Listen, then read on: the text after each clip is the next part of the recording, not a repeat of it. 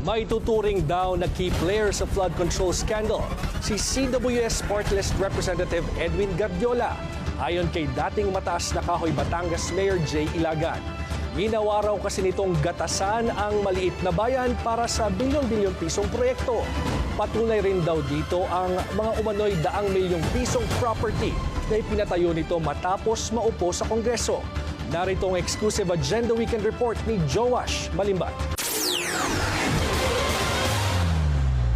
Natatawa lang ako pag sinasabing si Diskaya ay mayroong 42 sasakyan. Ganito kayaman si Diskaya. Si Diskaya, ganito lang si Diskaya kumpara sa kayamanan ng Guardiola. Ito ang inilahad ni former mataas na kahoy Batangas Mayor Jay Manalo Ilagan sa isang eksklusibong panayam sa Billionaire News Channel. Ayon kay Ilagan, isa si Construction Workers Solidarity o CWS Party List Representative Edwin Guardiola sa mga maituturing na main players sa nangyaring flood control scandal at bentahan umano ng mga proyekto sa Kongreso at sa DPWH. Sa kanyang pagsisiwalat, inilahad ni Ilagan na tila ginagawa umanong bagsakan ng mga proyekto ni Guardiola ang mataas na kahoy, kung saan kasalukuyang nakaupo bilang alkalde at vice-alkalde ang kanyang iba pang kapamilya. Ako ay nananawagan sa ICI, sa ating Pangulo, na kung maaari ay maimbestigahan ang bayan ng mataas na kahoy. 16 na barangay kami dito.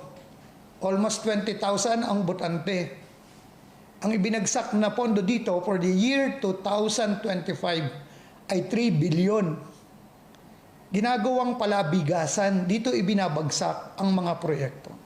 Una nang iniulat ng Billionaire News Channel na may 5 kumpanyang nakapangalan mismo sa mga Guardiola. 3 rito ang may double to triple A license sa Philippine Contractors Accreditation Board o PICAB na nakakuha ng bilyon-bilyong pisong kontrata sa pamahalaan taon-taon.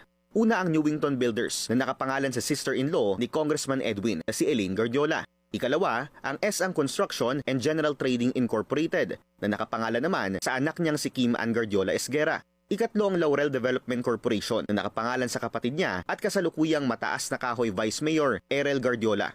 Ang 3 kumpanyang ito nakapagtala ng 30.1 billion pesos worth of DPWH contracts mula nang maupo si Guardiola sa Kongreso. Pero ayon kay Guardiola, wala na umano siyang financial interest sa mga nasabing kumpanya. Lumapit din sa amin ang isang former high government official sa Batangas na tumangging magpakilala. Aniya, personal na raw siyang kinausap ni Guardiola na mag-request umano ng kahit na anong gusto niyang proyekto para sa kanyang nasasakupan. Ang sabi raw sa kanya ni Guardiola, siya na ang bahalang maglakad nito para maipasok sa National Expenditure Program o NEP ng DPWH. Una na ring inuulat ng Billionaire News Channel ang umano